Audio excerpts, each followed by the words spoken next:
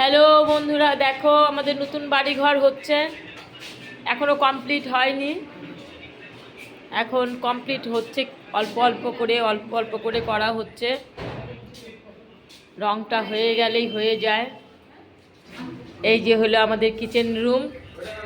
দেখতে থাকো যে কিচেন রুমটা তোমাদের যদি পছন্দ হয়ে থাকে তোমরা একটু কমেন্টে জানিও। আমার রান্নাঘরের লুকটা কীরকম লাগলো তোমরা একটু বলো।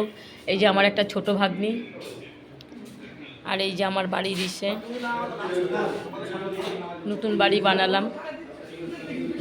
ঠাকুরকে বলো জানি আমি সম্পূর্ণ কমপ্লিট করতে পারি বাড়িটা,